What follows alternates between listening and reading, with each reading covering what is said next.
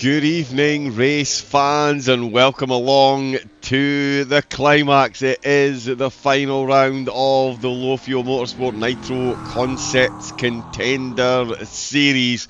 And what a track we've got for dueling it out. It's Road America. My name is John Wright, aka Double O Raven. My absolute pleasure to be bringing you the final of the 8-round competition. We've seen some incredible tracks so far. Red Bull Ring, Watkins Glen, Fuji, Sebring, Laguna Seca, Spa, Bathurst last week. Slightly soggy, some might say. Not so this evening. A sunny 4 miles of Road America separates the drivers from those prizes. That's right, the €500 Camus voucher, the Pagani R pedals, and the F Pro Blue will all find their respective homes this evening.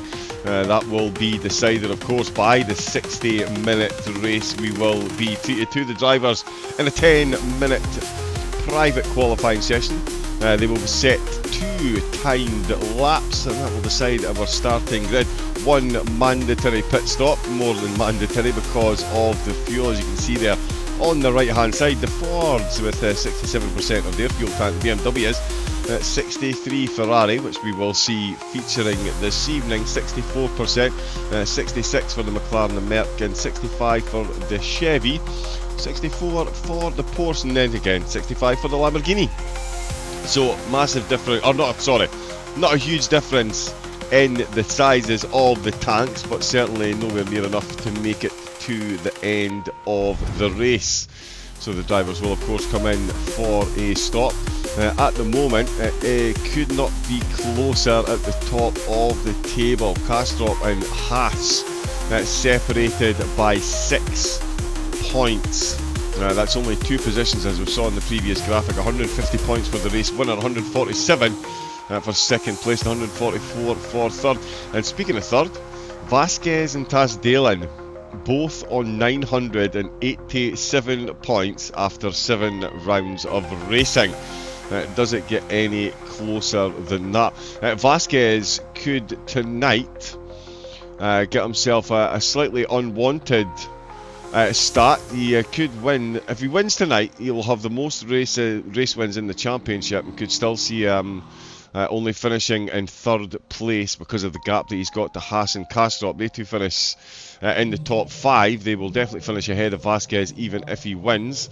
But yeah, the 4 drivers at the top have been none too sharing. We've only had 4 race winners over the season.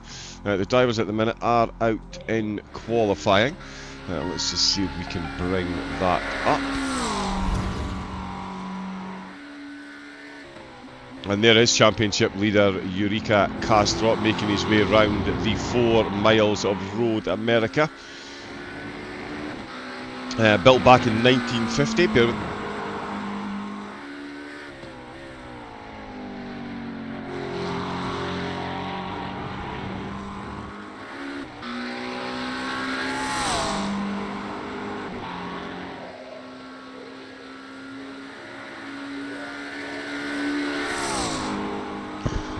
Apologies, bit of the old Christmas bugs going around. Hope everyone's doing well as well. Good evening to everyone in the chat. I've got a couple of follows. Tyler Posthumous, thank you very much. Matty Geester and Bloodwork as well.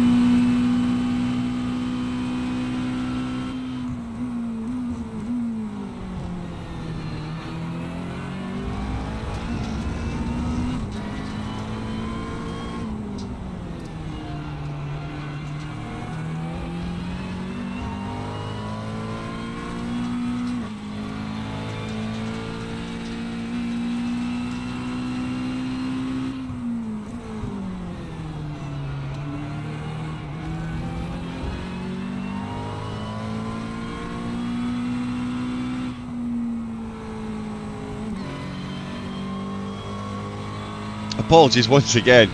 We've got Loba as well with the follow. Good evening all, welcome in, welcome in, welcome in. It is the final round. As you can see up at the top, the standings could not be closer. Only 6 points separating the top two, third and fourth on exactly the same points.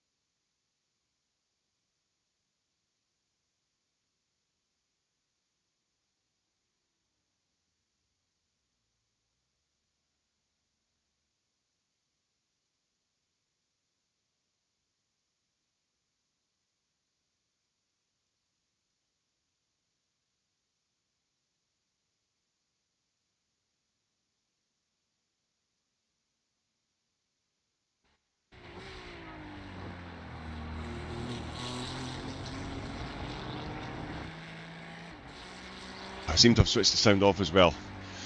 Sorry, bit of a Christmas cold going around. I didn't think it would quite catch me like this, but yeah, we'll crack on just like the drivers are. Castrop on the top spot there, less than a tenth ahead of Vasquez. Certainly a trend we've seen all.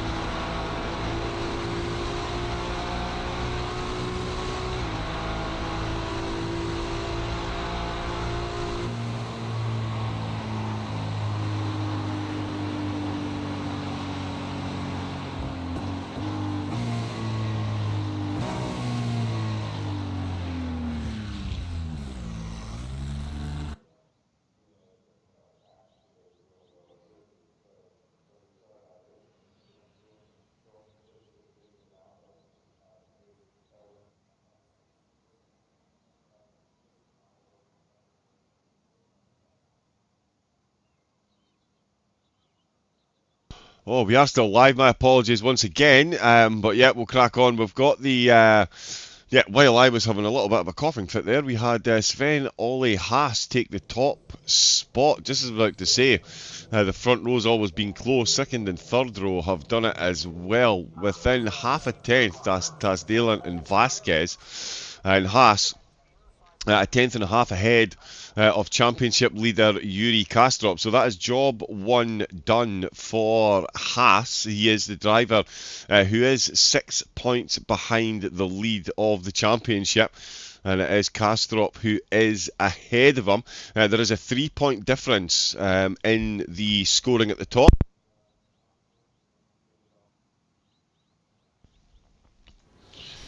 As we can see here, 150 points, then 147, and working its way down in integers of 3. So, yeah, definitely needs to, yeah, so getting the job done, the first part of the job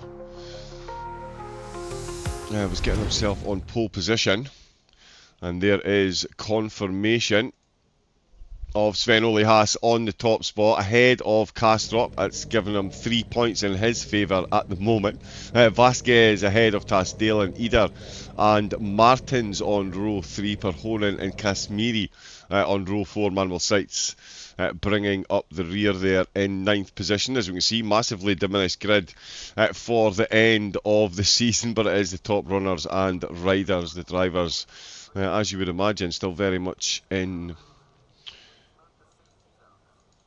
with a shout for the prizes. There are the drivers there. And there's what they're driving for. Once again, the €500 Camus voucher, the Acitec Sim Sports Pagani R pedals, and the Cube Controls F Pro Blue.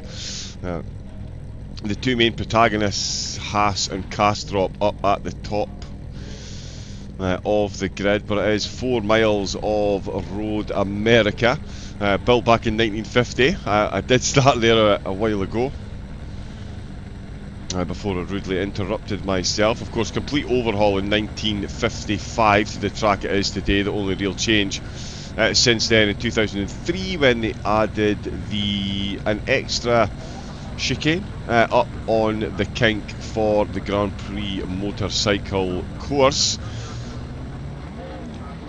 And there is the drivers making their way off the grid. Let's get this up.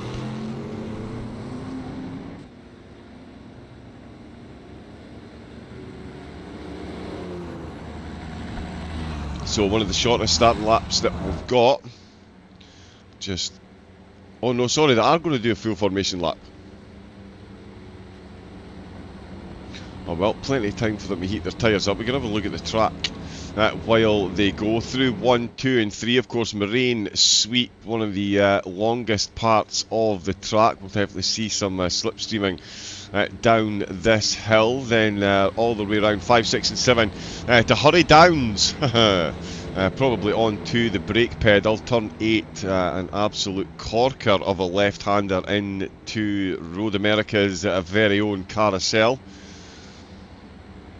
As you see at the moment, very mundane down Moraine Sweep for the moment. It'll certainly be a lot different. In fact, let's have a cheeky little look. My apologies, I meant to push that one. There we go. What have we got for track temperature? Temperature's 35 degrees. Oh no, weather 19, so that will be track temperature then, 35 degrees. So yeah, that is quite warm. That is quite warm, so the drivers shouldn't have many problems warming up the tyres. Up the hill they go, under the bridge, where they do love the cheese, into the left, right. And then on to Hurry Downs towards that carousel. Let's jump on board.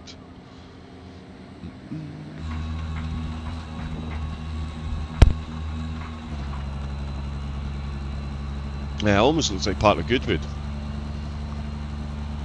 With the old building there and the grass on the right. Actually is reminiscent of Goodwood. Very, very tight left-hander, slight camber on the track. Plenty of runoff though. We'll see drivers side by side through there. That is for absolutely sure. The pace car keeping them in check through the carousel.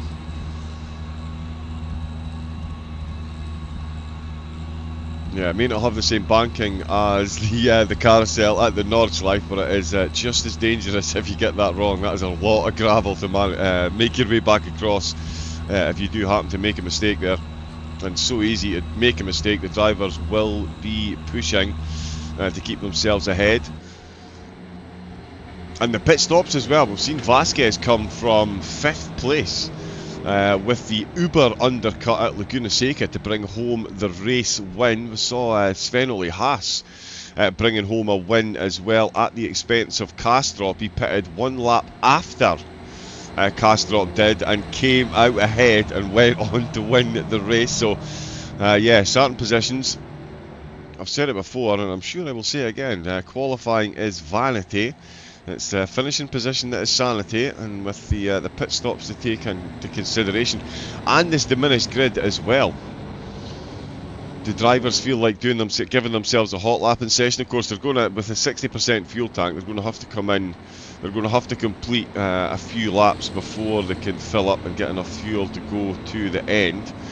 So we'll see them try and stay in a train. It's almost going to be like a NASCAR race with it only being 9 cars. If you get dropped off the slipstream, you could well get left behind.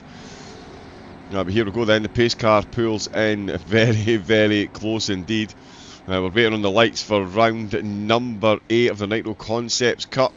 Sven-Ole Haas leading the way. Green, green, green. There we go, the lights are away, furiously waving the flag there up on the guardrails, and they are foot down, and oh, they've gone straight into a train actually. Yep, there you go, single file all on the line, and then all pop out 2 by 2 as we come into the braking zone. But it is Haas who is held on to the lead by the look of it. Vasquez still in second place, but he's coming under increasing pressure down the hill, and McLaren looking for a move up the inside. No, either attempting a good move, plenty of runoff on the outside, and that's bringing the 2 behind Perhonen. Definitely in contention here as well. He's at the back of this little grid here. Kasmirian sights. Oh, look how close they're getting Perhonen. He is double slipstreamed that. He's slungshot himself up the inside. The McLaren either, he's seen that one coming. They're going to go 3 wide. He's going to send it up the inside, Perhonen, and he's going to lose out on the position. It's Martins who comes swinging right back round the outside. I did say we'd see them out on that curb, and that's exactly where they were. Sven-Ole Haas holding on to the lead of the race. Let's pop that up, as well as Vasquez, who is up a position. In fact, I missed that one, my apologies. That one was probably very obvious as well. Let's have a look and see if we can't.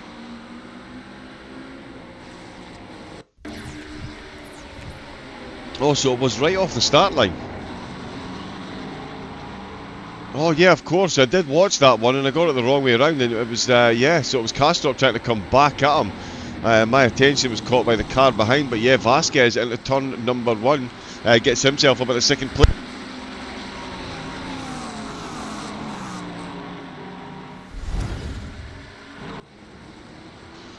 So that puts him up into second position. So that's job number 2 done for Ole Haas. He's now got the 6 points. So Kastrup and Haas are now equal on points.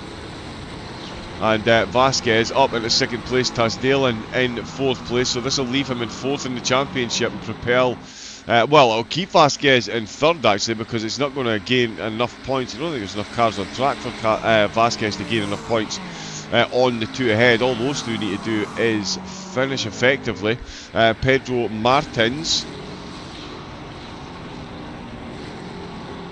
he's had a decent start. He lost the position, took it back again. He's up 1 overall. It's no either, in fact, who's had himself an off-track excursion. Let's take a look at that. So here is Eder. Oh, just hanging on at the back of the car there. A bit liberal with those outer curb ins. I did say we'd see cars out there. I didn't think we'd see quite that far. Eder really pushing his luck.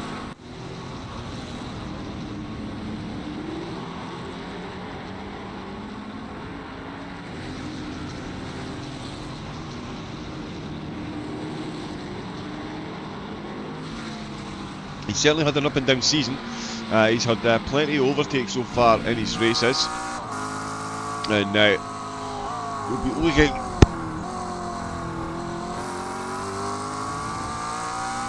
Now, be looking to try and get some spots back there. In fact, Kastrup all over the back of Vasquez. We'll maybe need to jump up there.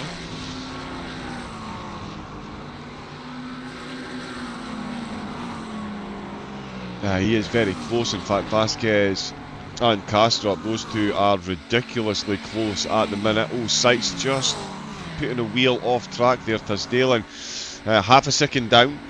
We've seen what he can do from 4th place as well. Perhonen's got himself ahead of this group, so he's popped in another overtake.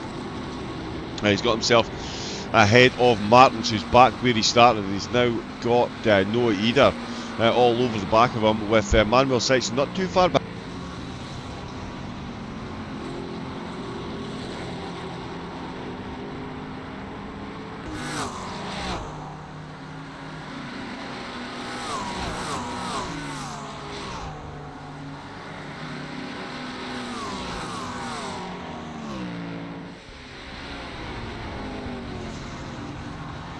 Just check as well, actually. Hopefully the volumes are okay. I think we can go to about there. Yeah, Perhonen has just passed Martins. Okay, so those two are still battling, actually. Apologies while I looked away. Those two absolutely still going at it, as you would expect.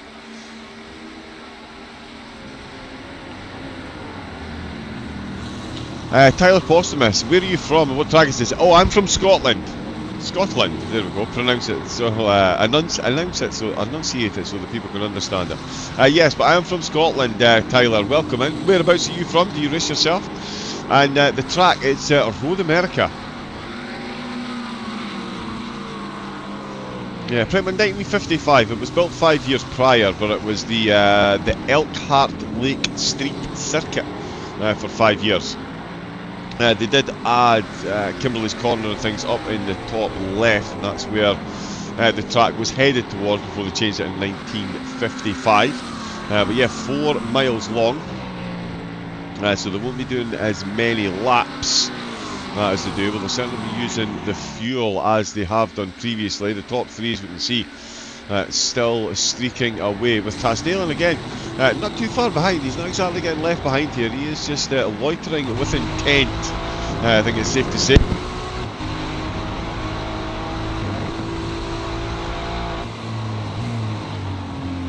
Got a very good view of what's going on ahead of them as they come to finish another lap. Up the hill they go, almost like Deer's Leap. Of course goes in a straight line over the crest.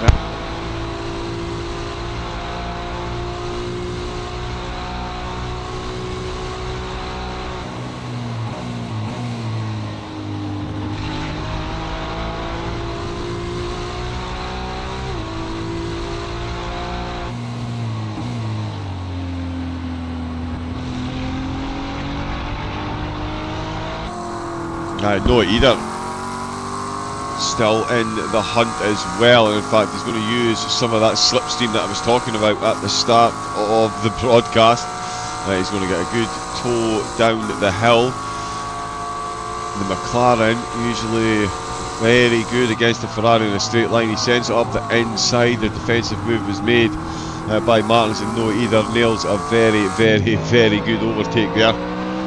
Oh, that's Kashmiri. Didn't mean to do that. I meant to do that, because there we can see Martin's just behind, and Sights perfectly positioned for this battle still as well. Either back up to 6th position, but still down 1 after that slight off-track excursion. The Ferrari doing its best to hang in there.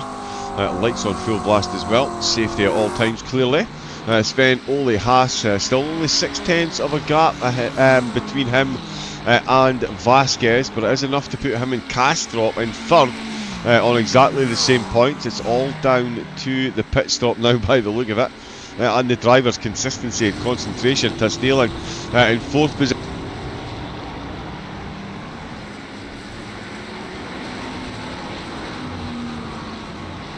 Has lost a couple of tenths, but still within a second. So he will definitely not be too displeased at the current state of affairs.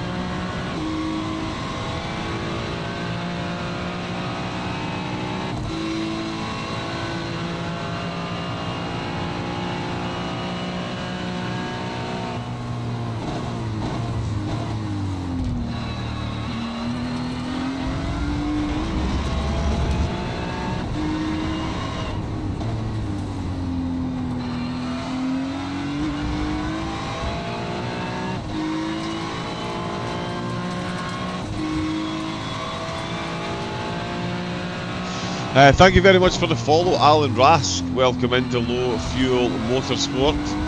It is the final round. The prizes will be decided this evening. The top two in the championship currently sitting first and third in the race. And Vasquez, two-time race winner. All three of these drivers up at the front, 2 race wins each. Tasdalen now just over a second behind. Oh, Sykes. Oh, the fall of one another off the course there. Martin's within 2 tenths. So he's still firmly hanging on to the back of Noah Eder then, using that slipstream to full advantage. Eder is closing in on Perhonen ahead, who has had the best start out of anyone in the race, up 2 positions. Finds himself getting closely followed though by Eder and Martins. Yeah, they are 4.5 seconds behind, so yeah, the top 4. Oh, and in fact, Tasdalen's just lost 2 tenths of a second. 3 tenths of a second. He is hemorrhaging time at the minute. What's going on there? No yellow flag. He's maybe just had a bad corner. I mean, it's... Yeah, the top 3 are absolutely flying. Yeah, it's potentially what I said as well at the start about getting left behind. If you're out with that slipstream train, you could very easily get left behind. There's plenty of places at this track for the cars to absolutely unleash the full fury of the engines, and top speeds will be achieved. You can see the top 3 so far out on that endless curve. Wow. Haas almost touched the gravel. Vasquez just dipped his wheels in it, and Castrop put maybe an extra millimetre or 2. The 3 of them though stay within a second of one another, and Tasdalen finds himself now hemorrhaging time, and he's just put 2 wheels on the gravel as well. Near in the background we can see Perhonen just coming round at the same corner. Yeah, these 3 can keep it close. They'll be moving quickly as well. Martin's still doing well to hang on to the back of Noah Eder. Both of these drivers down 1 position, and the driver that's got both of them is just ahead. Perhonen's had a good season as well himself, so he'll be looking to finish off strong, lay down a marker for a potential season 2.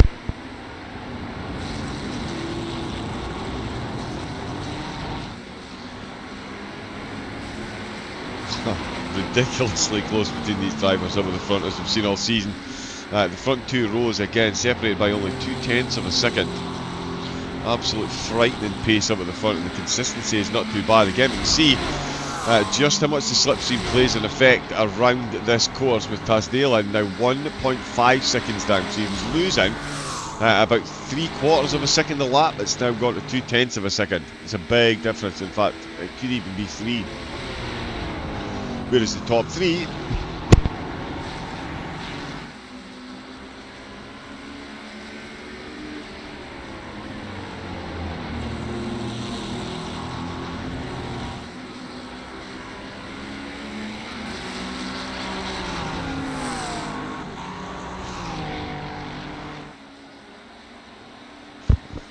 top 3 still well within a second, and in fact the lead 2 almost look like they're breaking away. Sven Ole Haas and Vasquez looking to get rid of Castrop. I'm sure Haas will be slightly more keen than Vasquez is.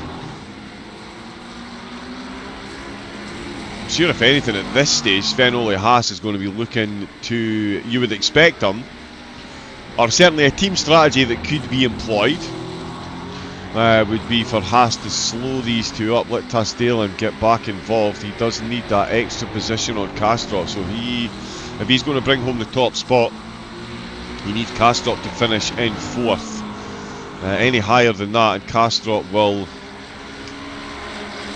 Yeah, there'll be a countback situation. So I would have to double check the rules on that.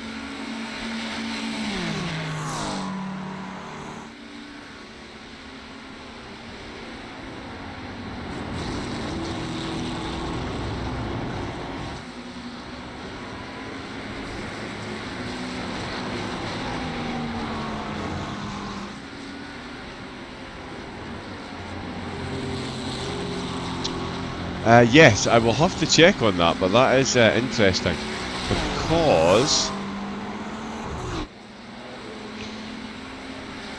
yeah. So interestingly, let's just have a quick look at the stats. They've got 2 race wins each, and including those race wins, they've got 4 podiums each. Oh no, my apologies. No, Kastrop has 5 podiums. My apologies, Yuri. He's had 2 firsts, a second, and 2 thirds. Haas has had 2 firsts and 2 seconds. So if he brings home the race win tonight, that would be 3 wins. Yeah, we'll leave that for the stewards to decide. We'll maybe grab Chris at the end. He always likes to jump. I'm sure we'll be getting the standings uploaded as quickly as possible, but it is going to go right down to the wire to see who is going to win. No, either. Still looking to get himself back into the top 5 where he started. Martins is still hanging on there as well in sights. Now is losing a bit of time, and in fact is being caught up quite handily by Kashmiri. So these two having themselves a little battle down at the back of the field. The Mustang with the largest fuel tank. Oh, Kashmiri having an off track, and another yellow flag popped up there as well, and then very quickly disappeared. But yet Kashmiri and Sights through the carousel. Or Kashmiri almost double apex, and that gets a good exit, but so too does the Mustang. It does like to stretch its legs in a straight line. There's no secret of that.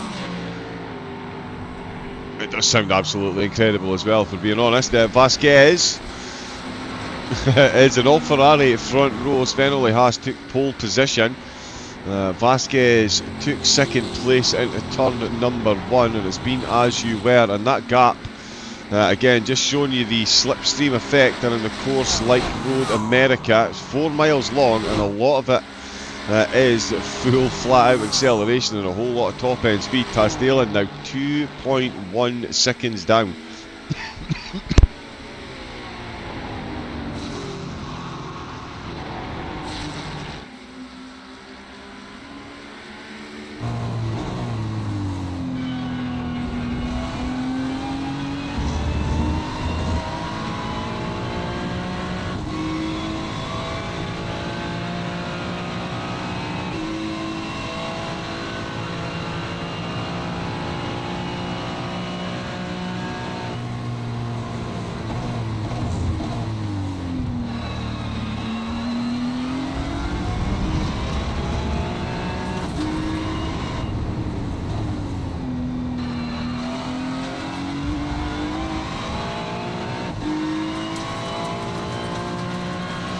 So we're 17 minutes in, and it is still an absolute masterclass from the top 3. The gap still just fluctuates between 0.6 of a second and 0.9 of a second at the minutes are combined. I mean, look, it's exactly the same.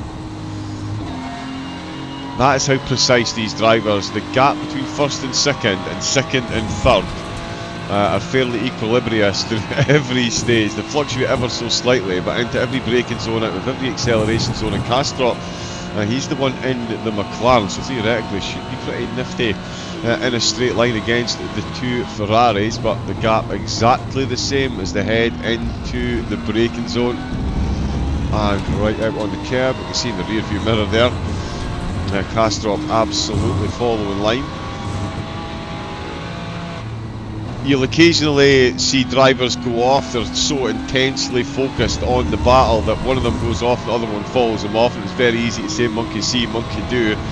These 3 are just absolutely copying one another. It's an absolute carbon copy lap from the 3 of them along the straight. Once again, the engine absolutely revving itself to bits to get as much pace as possible. The gap stays at 3/10 between all 3 competitors. Tasdalen now 2.3 seconds down. No, either. Looks like he's having a bit of a run at Perhonen on his own now. Martin's finding himself 0.9 of a second down, so the Ferrari not able to keep up with the 2 McLarens ahead. Does this now leave either to pick off Perhonen? Now he doesn't have to worry about giving up a position to Martins if his overtake attempt goes wrong. He's got a bit of space there. Kismiri is ahead of Manuel Seitz. And in fact, we'll have a quick look at that overtake.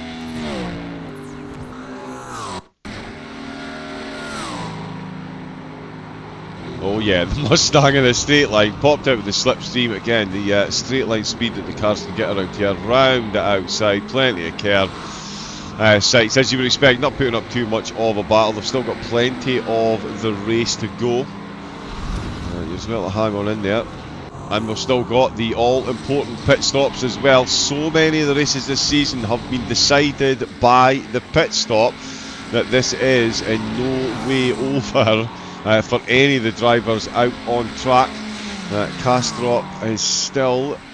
So yeah, Kastrup and Haas at the minute have exactly the same points at the top of the championship standings. So Haas really does need his teammate Tasdalen to be that little fly in the ointment. If he can finish second or third and put Kastrup down to fourth, that'll give Haas the championship by 3 points after 8 rounds. With 150 points up for grabs for the race winner. It is ridiculously close. Aaron Vasquez, he could see himself, if he brings home the race win tonight, as I mentioned, he will be the only driver to win 3 races, but he's only going to get a best of third place as it stands at the minute. Look how close, again, those gaps absolutely identical through multiple parts of this course. That is how close these 3 are driving. I'm trying to think what the best view. Let's jump on board Kastrup's front wheel.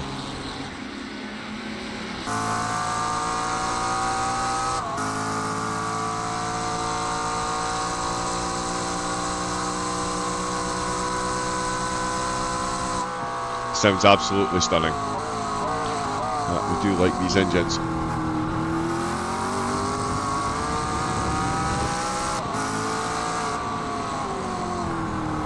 It's an absolutely incredible course as well. It's so reminiscent of so many British courses, if we're being honest. It's very much...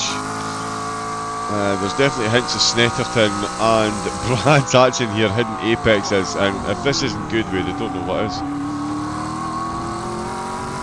Under another one of the bridges into the carousel, the top 3 separated by 0.6 of a second. Incredibly, the gap exactly the same between first and second and third. Well, Tasdalen again out of that slipstream train. He is 2.8 seconds down now, and you can see along these straighter parts of the track, as soon as these 3 get their foot down, that gap massively increasing. Tasdalen though still comfortable in 4th place. He's got 6 seconds back to Perhonen. He's just stuck a wheel on the gravel, much so too has Seitz. This very much a race where you just want to take 5% off, make sure you get it to the end. No point in pushing too hard, you never know what's going to happen. No idea what's going to happen between these 3 apart from quick, consistent, clean, focused laps. Again, the gap, I feel like a broken down record here. It's exactly the same between the top 3, 0.6 of a second. Yeah, 0.6. Almost half a second separating the 3 of them across the start finish line. We're on lap number 12, 23 minutes in. So at least another 14 laps to go around the 4-mile track. The tyres are going to be hurting if it's 35 degrees. And of course the drivers in the slipstream, their front tyres will be hurting that little bit more. They'll be putting in that extra work that the lack of aerodynamic downforce would normally provide. Sights again with the yellow flag there. Kastrup just touching the gravel himself. It is just absolute precision stuff, and Tasdalen really is falling by the wayside now. That's over 3 seconds of a gap. It is, yeah, an incredible display of driving by the 3 up at the front. Just absolute lap after lap of sheer perfection.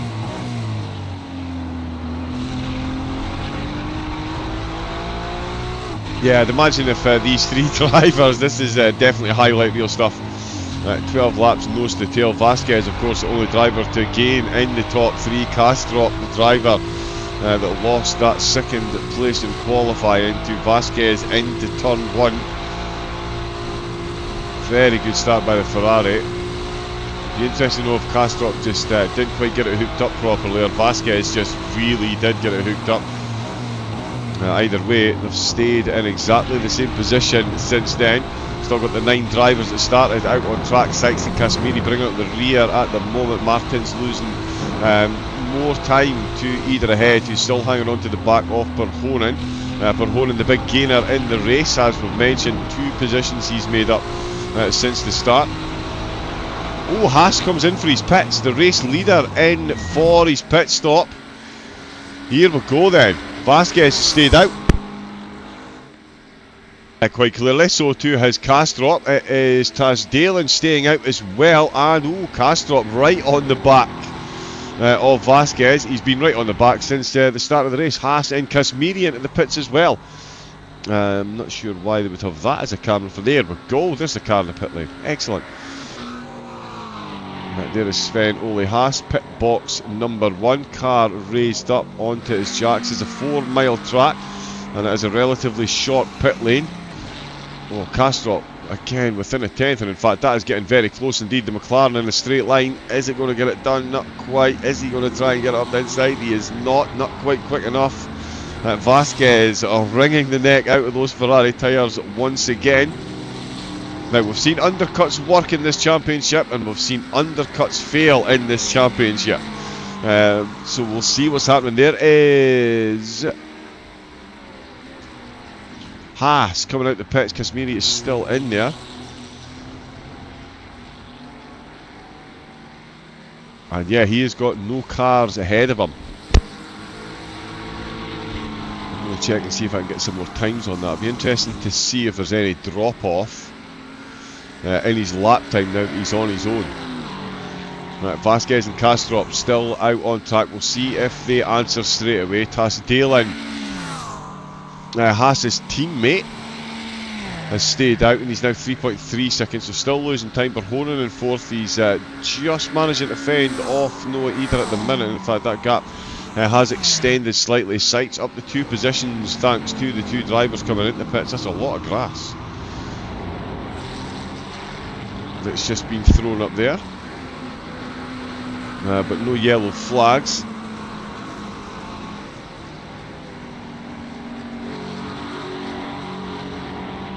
No either Perhonen.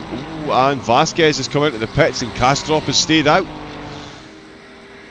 Now, yeah, he got caught out last time out with coming in a lap too early. Haas was the one that came in a lap later and went on to win the race. Kastrop's now stayed out. We've also seen Vasquez, master of the undercut. That one at Laguna Seca was incredible. From 5th place to 1st. Was, yeah, phenomenal turnaround in the pits. But what we've got at the moment then is Kastrop in 1st, Tasdalen in 2nd. But you're right, let's focus on Sven Ole Haas coming up the start-finish line. Vasquez is still stationary. He is now moving in the foreground any minute now. There is Sven Ole Haas, and he's out in the lead. He's done it again, Vasquez. Now, what does that do to Yuri Kastrop then? But that is Vasquez who has once again come into the pits and come out in the lead of the race. He's now ahead of Sven Ole Haas, and that is not what Haas needed. This puts Kastrop potentially back clear at the top of the championship. Let's see when he comes in. We're 28 minutes into the race. Tasdalen is still in 4th place, but of course what we all want to watch at the minute is a Haas on the 1 lap warm tyres against Vasquez freshly out of the pits. Oh, so close through the left-hander. Hurry downs. Sven Ole Haas is definitely going to be getting hurried. Is definitely going to be hurrying Vasquez down the track at the moment. That was a long way for a terrible joke there, my apologies. The 2 Ferraris dueling out 7th and 8th position respectively at the moment. More pit stops to come, of course. It's only these 2 and Casimiri that have been in the pits so far. Sykes up into 6th place then. Kastrop 3.5 seconds ahead of Tasdalen, and I think that does beautifully highlight the slipstream effect. Given that the gap is no longer increasing by 2 to 3 tenths. Oh, the gap between these 2 is absolutely 0 at the minute. Sven Ole Haas looking to retake the lead of the race, or are they just both playing into the hands of Kastrop? And he could easily come out the pits ahead of the two of them. And he's going for up the inside. Sven Ole Haas wasting absolutely no time at all. Barely halfway. Three quarters of the way into the lap. My apologies. And he sends it round the outside. Vasquez falls right back into the slipstream. The two of them are bumper to come at the end of the lap. And Kastrup has stayed out. We've got a slight yellow flag there, but it is Aaron Vasquez who once again finds himself behind Sven Ole Haas. Perhonen has come into the pits. And that's him coming back out of the pits as these two drive past. Haas, as I say, wasting absolutely no time at all. And in fact, let's have another look at that, why don't we?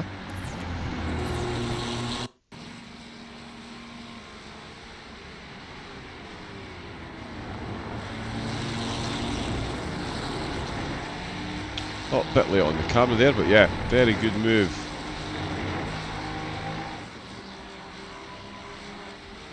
By Sven Ole Haas to effectively retake the lead. Well, actually, I'm not going to say effectively retake the lead of the race, because we've seen Vasquez get out in front after the pit stop, and Kastrup is no slouch when it comes to laps or strategy, so we'll see what he can do from up at the front. He's got a bit of time to go before he makes the pit lane.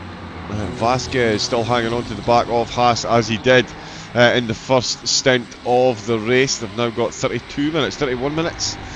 Kastrup comes into the pits. There he is. The McLaren comes in. Our two race and championship contenders who are just up at the top of one of the hills. They're heading down Kettle Bottoms into the right-hander. Kastrup is going to have to be quick in and out of the pits. Let's see how close these two get as Kastrup. Of course he's in pit box number 2. Well, he seems to be in the first one. Yep, he's right at the start of the pit lane, as you would expect. We like to call that move the jigsaw. Making sure you get in the pit box 1, you've got to have that password ready to go. Aaron Vasquez now once again chasing Sven Ole Haas. Yuri Kastrup is leaving the pits. A lot of tyre smoke there as he puts the foot down. Here they come along the start-finish straight, and there the two of them are. He's not going to have enough momentum. He's going to go to the outside line. He's going to force them. Oh no, he is going to have enough momentum. I will eat my words. My apologies. Yuri Kastrup has got the undercut.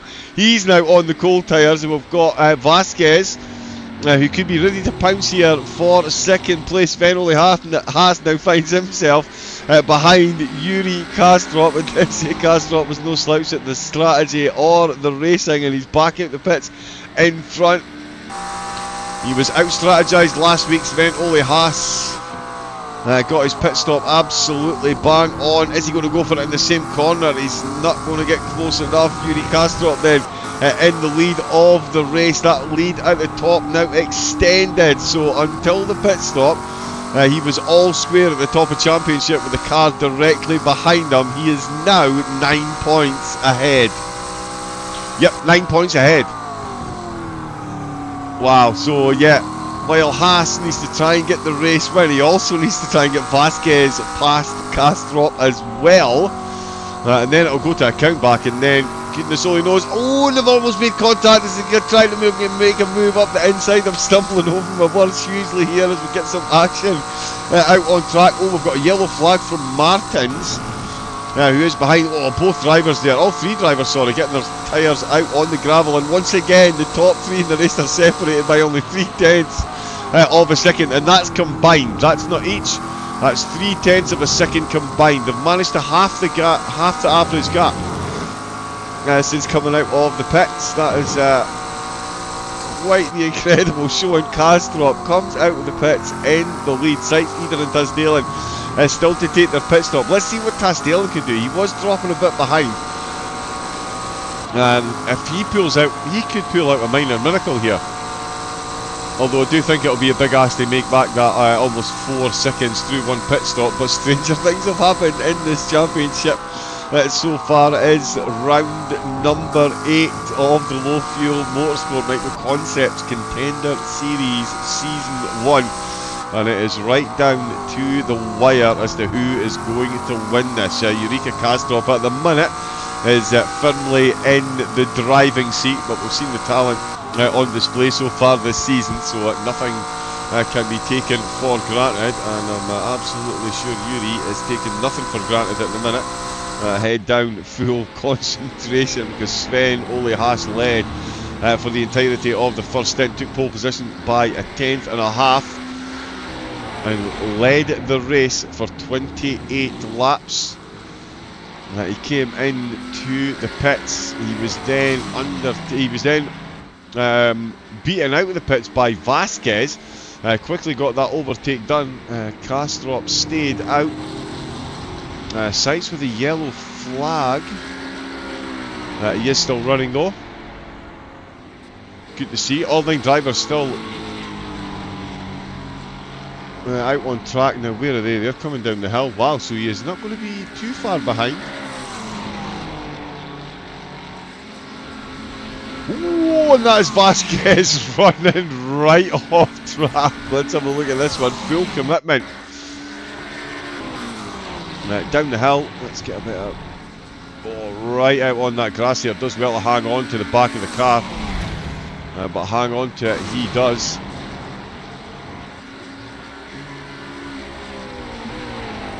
So the top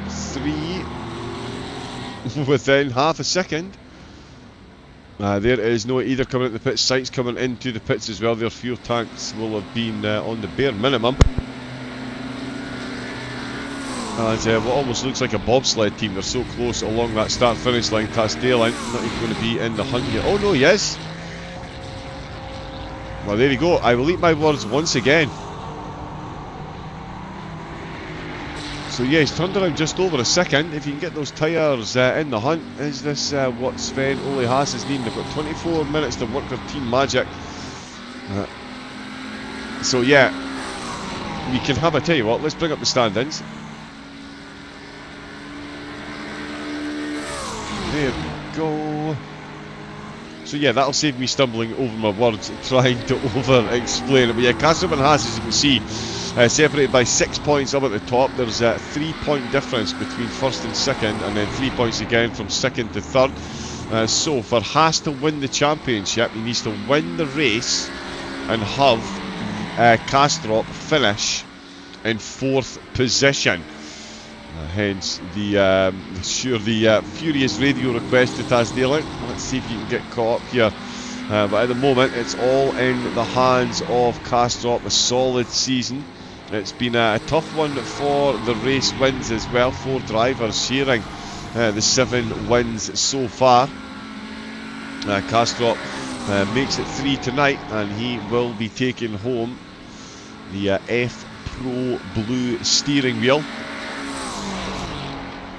Sven Ole Haas, he's still going to be winning the Acetec pedals. Not too shabby a prize, I'm sure.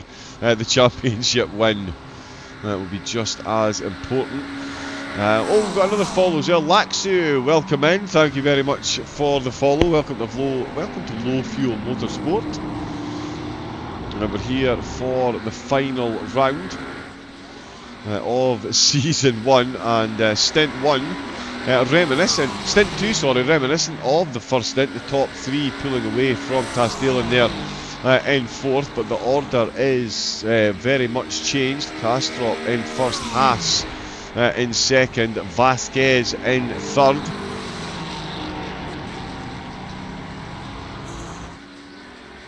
Good season from Vasquez so far, and a phenomenal start to the race into turn number 1, got himself from 3rd.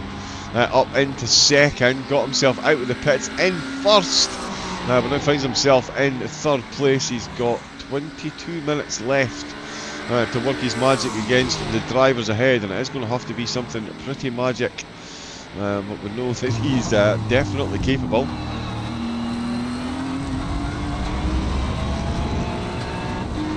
I am slightly biased, but I do love the sound of that Ferrari. Haas is keeping it close. It was a Ferrari 1-2, it's now McLaren leading the way. And much like the first stint, the gap has stayed exactly the same between the two of them. Between the 3 of them. It's just absolute precision driving up at the front. Perhonen looks like he might have an overtake on him. He is behind, although he's behind no either. My apologies, no, I've missed that one. I think that was done through the pits.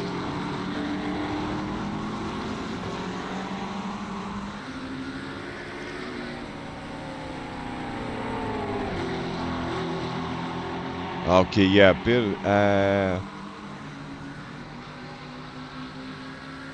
right, okay, yeah, I think I found that overtake. Let me just have a look and see. Oh, yeah, so it was on the way to the pits, my apologies. It was worth a look. Yeah, so when he pulled into the pits, when either came back out of the pits, he stayed ahead of Perhonen. Not by much though, only half a second separating these two, so we'll see how they get on to the end. The top three, unsurprisingly, right on top of one another. Once again, as they cross the line, 7/10 of a second separating them with 20 minutes left of the race to go.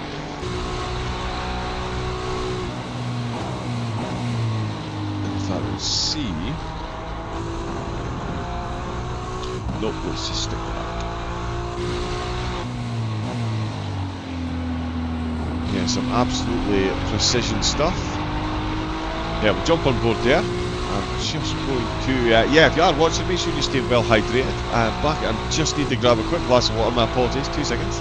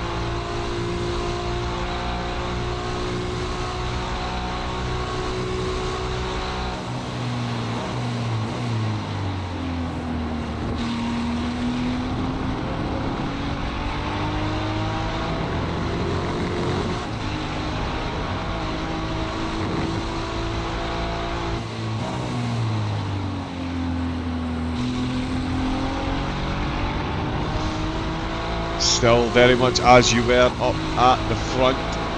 Season 1 for the Nitro Concepts Contender Series closes out this evening.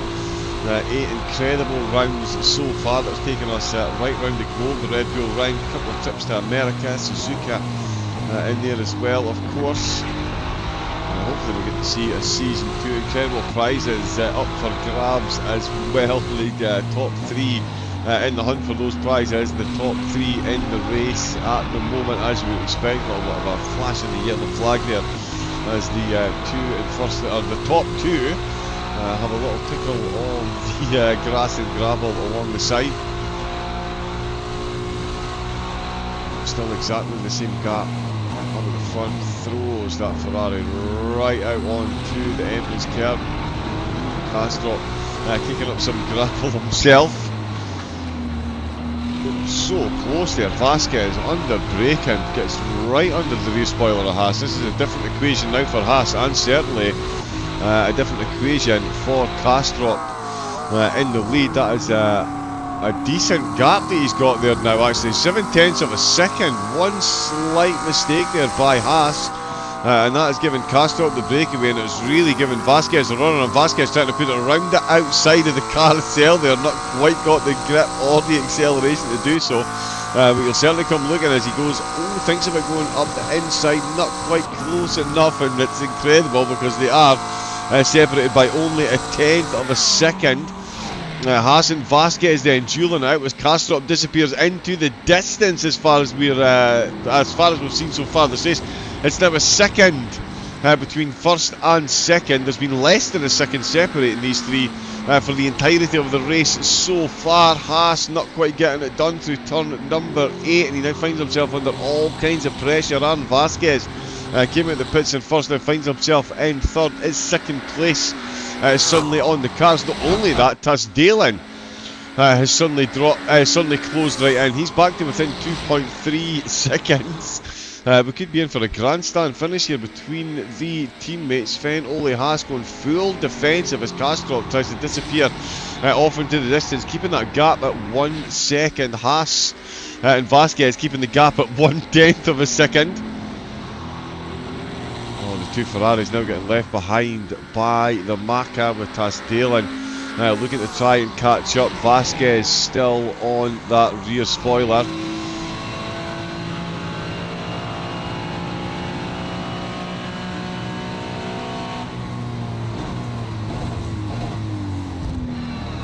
So much interaction with the curves through these corners. Oh, and again a good exit there. Haas really struggling on that corner. That's 2 laps on a row. 2 laps in a row. Hasn't been the most convincing out of the 3, and it is really costing him. You can see Haas now 1.2 seconds up the road. Incredible season for Kastrup, and he is looking to crown it off with a 3rd race win and a brand new Cube Control steering wheel. 15 minutes to go. I don't want to curse to the commentator it, but that, given how close it's been between these 3 so far, to get that breakaway with this amount of time left on the clock, he has got to be, well, it's safe to say he's got one hand on that steering wheel. 3/10 separate Haas and Vasquez, and that is all just going to play into the hands of Kastrup unless the slipstream works absolute wonders. The gap does stay static, but then as soon as they get into the braking zone, it does start fluctuating. Kastrup right on the edge. He is so close. You can feel the flames coming out the back of Haas's Ferrari. So incredibly unsighted into some of these corners, especially with another car that close to you. It's amazing how wide that Ferrari is when you're behind one. Perhonen looking for a late overtake potentially. No, either back to where he started. Was down 2 positions, but he's made them both back. He's still got Perhonen very much in tow. Martin's down 1 on where he started. Sights up 1, and Kashmiri down 1 on the start of the race. Eureka Kastrup 1 place up on qualifying, and it's 1.2 seconds, 1.3. Slipstream be damned, said Eureka. He is having himself a race win. The way things are going at the moment, Vasquez still keeping Haas from doing what he wants to be doing, which is chasing down that race win. But again, even just to finish with the same points, he needs to finish in first place and have Kastrup finish in third. So he needs to somehow drag Vasquez past Kastrup. That is quite the trick to pull off if he manages it. Tasdale and his teammate, 2.5 seconds. Perhonen, 3/10 of a second. The 2 McLarens here, still battling away. Kastrup just full concentration. Vasquez still chasing.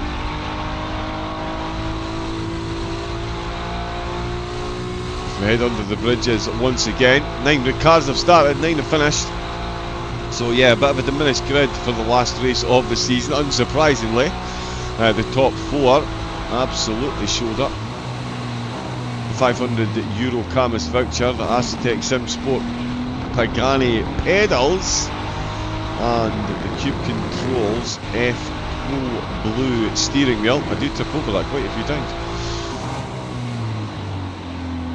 All still up for grabs, and as I said, that's Kastrup with fast approaching 10 minutes to go. He's got one hand on that steering wheel. He's got a 1.3 second gap over the start finish line to finish lap number 23.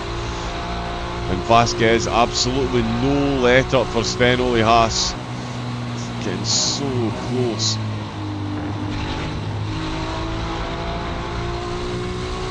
It'd be interesting to see how much tyres, how much rubber these drivers have got left on their tyres at the end of the race. 35-degree track temperature.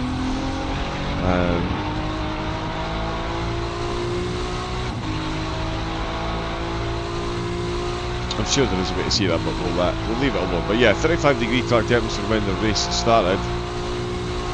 So they will be making their way through that rubber, especially the front tyres on Vasquez's car. out onto the gravel, the new DB system. Yep, throwing dirt all over the track as the drivers use those track limits to their advantage. I mean, they huffed it. If the driver ahead's doing it, you need to do it. The gap now steadying actually. Kastrop and Haas now 1.3 seconds. It's been that for quite a while. Kastrop was starting to run away with it, but Haas is starting to steady the ship. Not quite reeling him back in yet. Vasquez still within half a second, so too Verhoeven. Still within half a second either.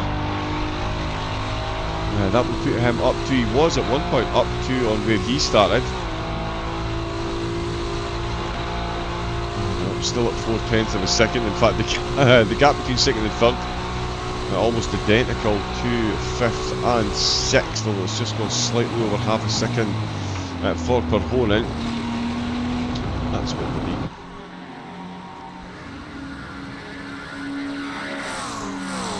Yep, so these two still lapping well.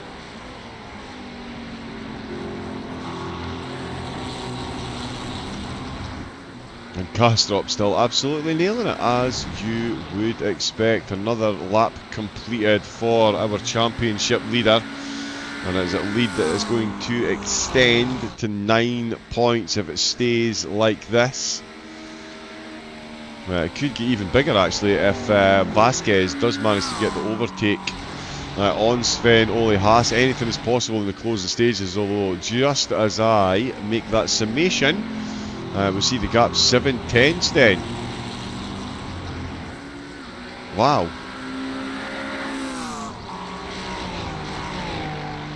Sykes had a moment off track, but nothing really registered for Vasquez. But certainly that's a bigger differential than we've seen. So into the closing stages, and it is really separated out. So close. I mean, the 6:10 separating Vasquez and Haas at the moment was all that separated the top three for the first 45 minutes. Oh, Sykes in for an extra pit stop, so Kasmiri takes a late place. Oh, maybe carrying. Oh, Sykes did have a moment off track, so maybe carrying some damage. Better to come in and get it repaired and make the end of the race. Oh, Verhoeven goes past. No, either. Gets overtaken. Let's have a look at this late action. There we go.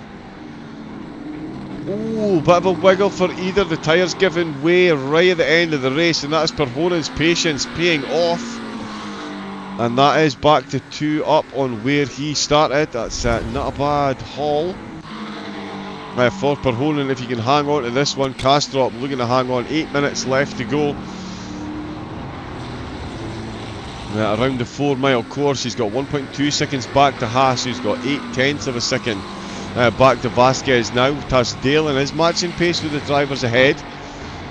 He's keeping it at 2.4 seconds. Verhoeven is going to find himself matched corner for corner now by Noah Eder. The driver's just outside, or just on the edge of the top 5, sorry. So this is for the final spot in the top 5.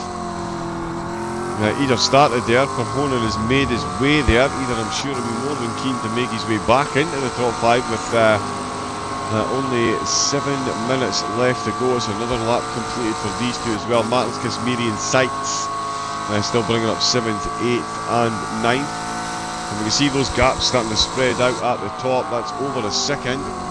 Less than a second between these two. But yeah, Kastrop 1.2 still. So Kastrop and Haas absolutely matched for pace there. Vasquez tucking just within a second once again. But by less than half a tenth. Oh no, there you go. It's starting to move ever so slightly.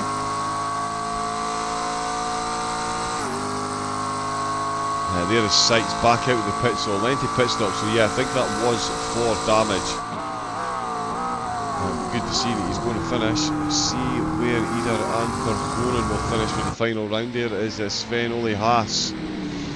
Took pole position, led for a long time, but Kastrop came out of the pits with the lead. Vasquez, as I've mentioned a couple of times, phenomenal move into turn number 1 to take second place, but he finds himself in third with 9/10 to make up.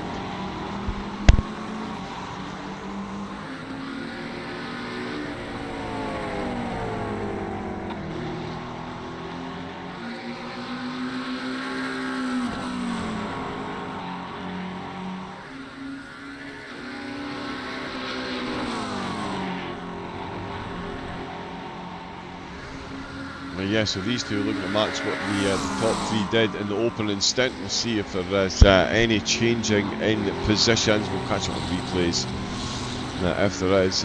Kastrup and Haas is synchronised lapping at the minute. 203.997 for Haas. 203.959 for Kastrup. A quarter of a tenth of a second separating their fastest laps, and yeah, so close. 204.1 on that lap there, and 204.1 for Haas as well. That's how equally they're lapping. 204.3 for Vasquez.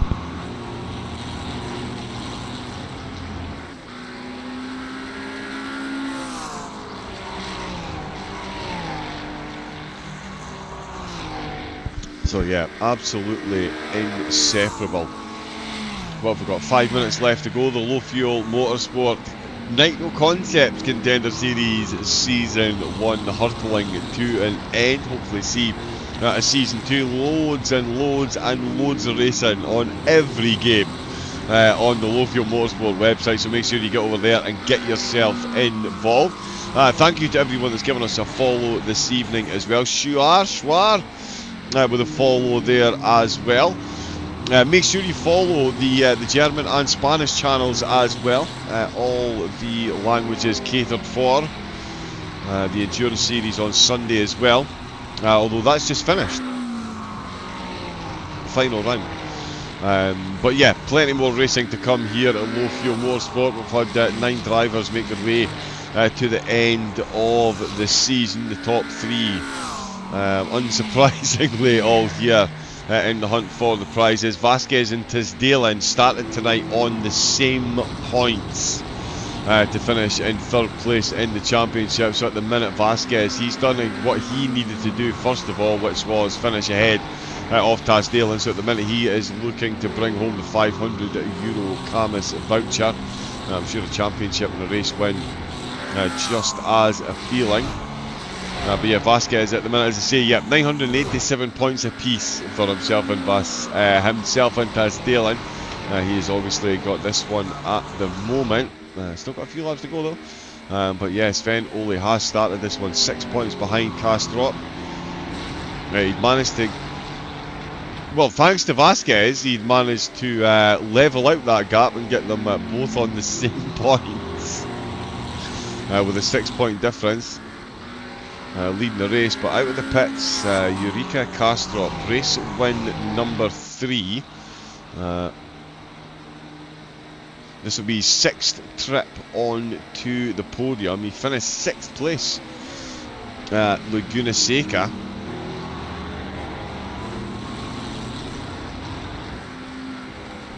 But yeah, a 3rd race win, and that's going to bring him that beautiful steering wheel.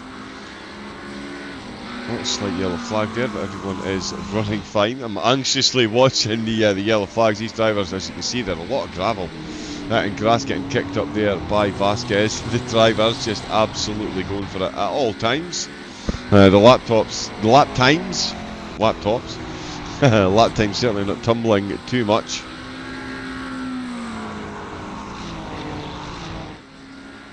Wow, yeah, Kastrup's last lap 204.1, Haas 204.1, Vasquez 204.1. Oh, and Vasquez does a 203.8.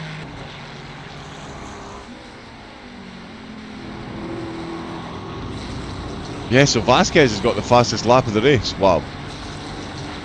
Massive. In fact, Tisdalen as well, his last lap was a 204.1. Absolute synchronised lap, and although Kastrup finding a cheeky little 10th there just to bring this one home. We've got less than 2 minutes to go. He's going to cross the line, so there will be one more lap.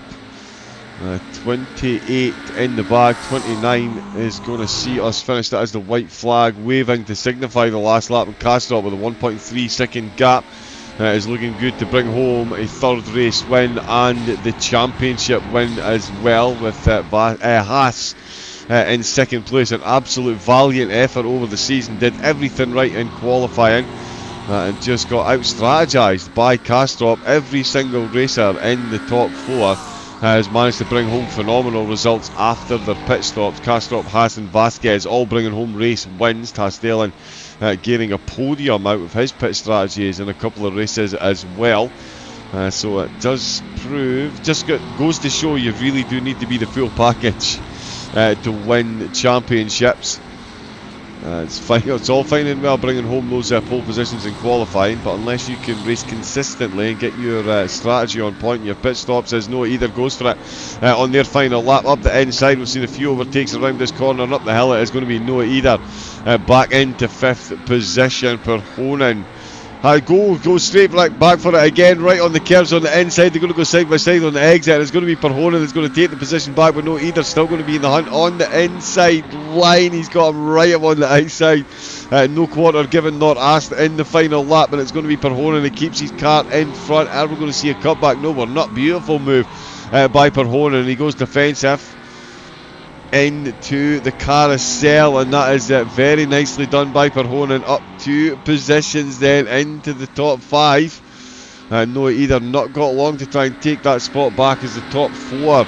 Looking across the line ahead of these two. Oh, he's right up on the grass. That is how much either wants this overtake, but it's a little bit too much. That's too much grass on the tyres. As Kastrop enters the start-finish straight for the last time, and it is the last time for this season as well. He takes a checkered flag for the 3rd time more than any other driver, and it's unsurprisingly going to give him the championship win. Sven Ole Haas, a valiant effort over the season and this evening. 2nd place is his reward, and Arn Vasquez finishing in 3rd, which is where he will finish in the championship, because Tasdalen finished in 4th behind them by 2.2 seconds. Perhonen crossed the line ahead of Noah Eder. What a battle between these two on the final lap. Thank you very much for that, Noah Eder. Already in the pits, here comes Pedro Martins across the line to take the checkered flag in 7th place. Alessandro Casmiri in the Mustang just ahead of Manuel Seitz in 8th and 9th.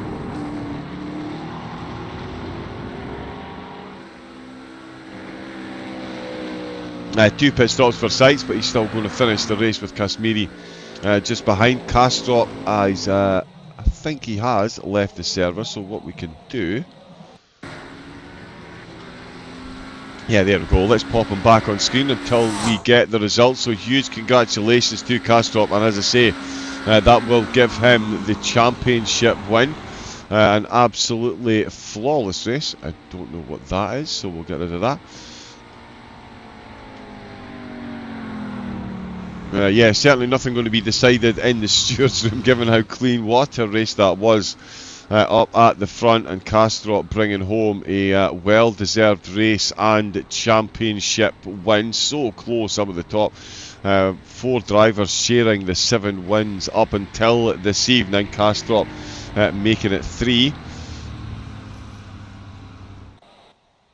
And there is the qualifying results. As we saw, it was Haas, Kastrop and Vasquez, the top 3. Tasdalen in 4th, and in the race it was Kastrop, Haas, Vasquez. Incredible drive up at the front. Just, yeah, we could wax lyrical all day about the top 3. 1.1 seconds separating them at the end. The gap between the top 3 for the 3/4 of the race was 0.6 of a second. Absolutely incredible. Tasdalen finishing in 4th. He'll take 4th in the championship. Just ahead of Perhonen and Casmiri, Martins and Seitz all finishing the race as well, 7th, 8th and 9th respectively. Of course, the drivers this evening all vying for those incredible prizes. The €500 Camus voucher will be going the way of Aaron Vasquez. It will be Sven Ole Haas who will be receiving a pair of Asetec Sim Sports Pagani Huarie R pedals, and Eureka Kastrop will be the proud owner of a P1 Cube Controls F Pro Blue steering wheel, given the way the championship went. Oh, sorry, the race went. Not too much of a surprise on that. I think we might get a quick look at the standings, hopefully. If they do get themselves uploaded, we'll keep an eye out for them. And we'll see, there we go. Danke schön. We have the Low Fuel Chris and the Low Fuel Gang jumping in from the German channel. Great race to finish off the season. Hopefully you all enjoyed the action up at the front as much as we did. I will see. Yeah, given the way that the points layout, the way the race started, it doesn't take a huge mathematician to work out. And in fact, the standings are up. Excellent. Let us do this. And yeah, so there we go. The standings are up, and confirmation, as I was saying, Eureka Kastrop, 3 race wins over the season, finishes with 1,158 points, 9 points ahead of Sven Ole Haas. 5 trips onto the podium for Haas as well, 2 race wins, and of course Aaron Vasquez confirmed in 3rd place. Started the race the same points as Taz Dillon, but does get a 3-point gap after 3rd place. Taz Dillon finishing in 4th in the race, and he will finish 4th in the championship. Again, the prizes that the drivers will be taking home, as we've just seen, they're confirmed. Aaron Vasquez will get the €500 Camus voucher. It will be Sven Ole Haas who gets the Acetec Pagani pedals, and Yuri Kastrop, congratulations. An LFM championship under your belt and an F Pro Blue steering wheel strapped on to the sim rig. Not bad for a season's work at all. And what a season it has been. As we've seen, Red Bull Ring, Watkins Glen, Fuji, Sebring, Laguna Seca, Spa, a very soggy Bathurst, and a very sunny Road America decide those championship final standings.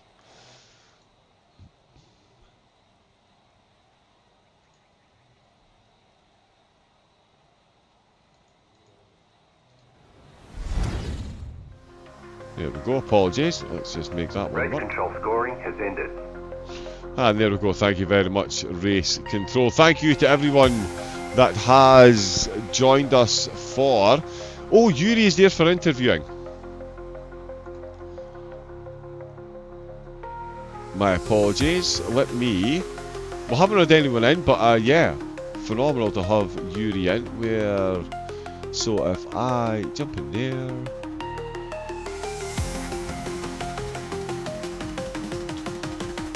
And let me just make sure we can all hear Yuri. Right, there we go. He should be coming through loud and clear. Good evening and congratulations, Yuri. How are you? Good evening. I'm good. How was that season for you? I mean, that was... I tell you what, we'll talk about the race tonight because, in fact, there's so much to talk about. You might not get out of here before midnight, Yuri, but I'll be as quick as I can. Don't worry. Thanks for the stream. It's good to watch the races back. Oh, excellent. I'm glad you enjoyed them, and as a viewer, a broadcaster and a sim racing lover, thank you for the season that you've put on. It has been absolutely top notch. Again, the season pinnacle this evening, the Road America. There was only 9 drivers on track, but you top 4 absolutely in the hunt. 28 minutes of nose to tail. You come out with the pits ahead. I mean, the pit strategies this season have been so important, and yeah, it's just incredible when you think of the standard of driving and how close you all are, that things like the pit stop strategies are a huge deciding factor. How do you feel the race went tonight? Did it go to plan, or was that undercut? Was the pit stop just a Hail Mary after seeing the other 2 come in so early? So I knew going into the race I could finish behind Sven and still get the championship, but I could only finish right behind him. So if I was gonna try to go just for the win, I would stay out a bit longer. But right now I didn't want to risk much, so I just pitted with a couple laps fuel left, just to make sure that I would be in draft, because after the pits we can take 2 new tires and it's a tiny bit faster for the first couple laps. So I didn't want to let them get like a big undercut and then be out of draft. So I just bid it to make sure. I think if I really wanted just to win, then I could have stayed out and taken a bit more of a risk, but it's just about reacting to what the others do. Yeah, it's absolutely incredible, because we saw last week as well, because again, talking about the pit stops, last week we saw Haas get himself, now obviously Bathurst was a bit of an anomaly, because that was a very, very, very wet track. I have a very good friend of mine who is a massive fan of watching your streams. So yeah, good evening, Mr. Chris Williams. But as I say, yeah, he's one of your followers on your Twitch channel. Loves watching your races. And yeah, you were talking about the conditions last week at Bathurst. They were absolutely incredible, to say the least. How did you find the Bathurst race? If I speak, I'm in big trouble. I think that it should have been red flagged. It would have been red flagged in real life, and it was more about just trying to not hit the wall than just driving, to be honest. Yeah, it was. Yeah, some absolutely incredible conditions. Although I did see a couple of years of Bathurst, they did have rain of that magnitude, but yeah, certainly undrivable. Was there any races? I mean, you've brought home 3 race wins. That's no mean feat in this field. Was there any particular race that stood out to you as a favourite, or did you think the 3 wins? Are they going to be the ones that you most remember? I mean, tracks like the Red Bull Ring, Watkins Glen, so it's been a phenomenal calendar of tracks for the season 1 on iRacing. Yeah, so how the season played out was that most of the field was in the Ferrari. I think because we didn't know the last 2 tracks, and the first couple rounds of the championship were better for the Ferrari. So whenever we got to a track where the McLaren or another car was quite clearly better, it was not that hard to win the race. But for me, the challenge of the season was to make sure that I'm not too far behind on a track where Ferrari is good. It's really easy for them to get like 4 or 5 Ferraris in front of me, but then because there's only 1 or 2 fast McLarens on a track where the McLaren's fast, I still finished P2 at P3. So it was all about that, managing that over the season. I think that my favorite race was Fuji, where it went into the night and it started to rain towards the end. Was quite fun to do. Oh, nice. Yeah, we do love the changeable. As sim racers, yeah, we do like to be tested. And I mean, you were certainly tested over the season. Talk to me, let's talk about the race tonight. Sorry, I'm jumping all over the place, but the race tonight, that first 28 minutes, and we've seen it so far this season as well, multiple races, the top 2 or 3 cars, 3 cars, 4 cars, within just tenths of a second. When you're in that situation, Yuri, do you prefer to be the hunter or the hunted? Do you feel more comfortable leading the pack or tucked in behind, or do you just not care because you're an absolute alien that just absolutely nails the laps? So I think at the level we're racing before the pits, because we can all pretty much knock off the laps within a tenth or 2 without making mistakes quite easily. So when you're just behind someone in drive, you can save a bit more fuel, which is going to help you a lot in the pits. So unless you're struggling to hang on, which with this draft, if you're within half a second, it's quite easy to hang on and save a bit more fuel than the first car. So before the pits, I definitely want to be behind. But after the pits, of course, you want to lead, because it's not that easy once you're following to make that pass.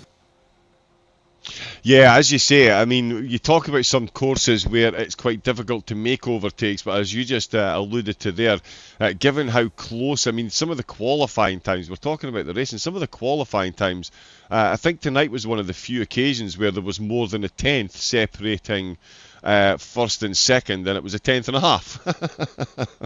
Yeah, so, I think the level at the top was really, really close. It was just a bit of a shame to see that when we started the championship, there was a lot of depth to the races. I think the first race, like 40 guys showed up, and the whole top 10 was really quick. It's a bit of a shame to see most of those drop out towards the end. Yes, it is unfortunate. Yeah, I was just speaking to Chris about that. It was a very solid start to the season. There we go, some footage of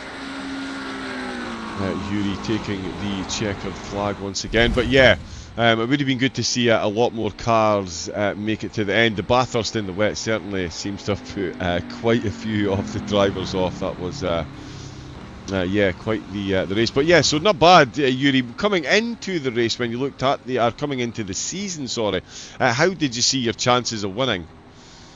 Was it something that was on the cards? Were you just looking to be competitive top 3? I mean, yeah, you are very quick. You're phenomenal on the strategies and everything as well. The full all-rounder. So was winning the championship a solid expectation, or was it just, yeah, this is a strong field, let's see what we can get? Yeah, so I race, especially Sven and Aaron, but also some of the other guys, Boska or Gun, quite a lot on the officials.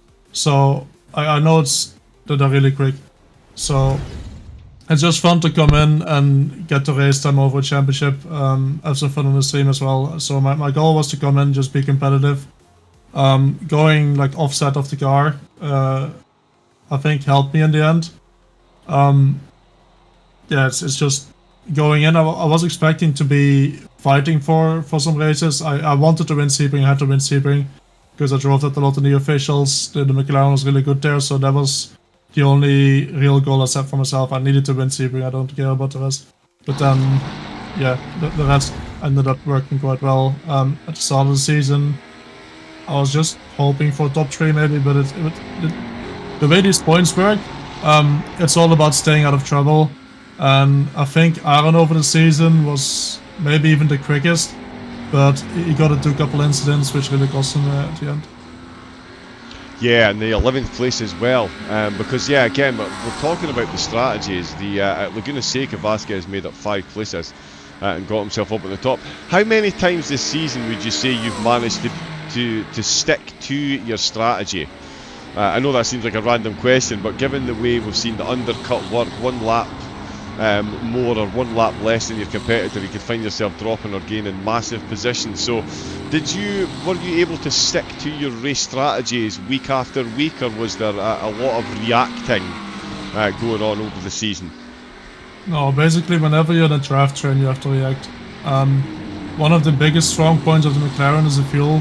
The way it's good on the fuel, especially before this season's iRacing update.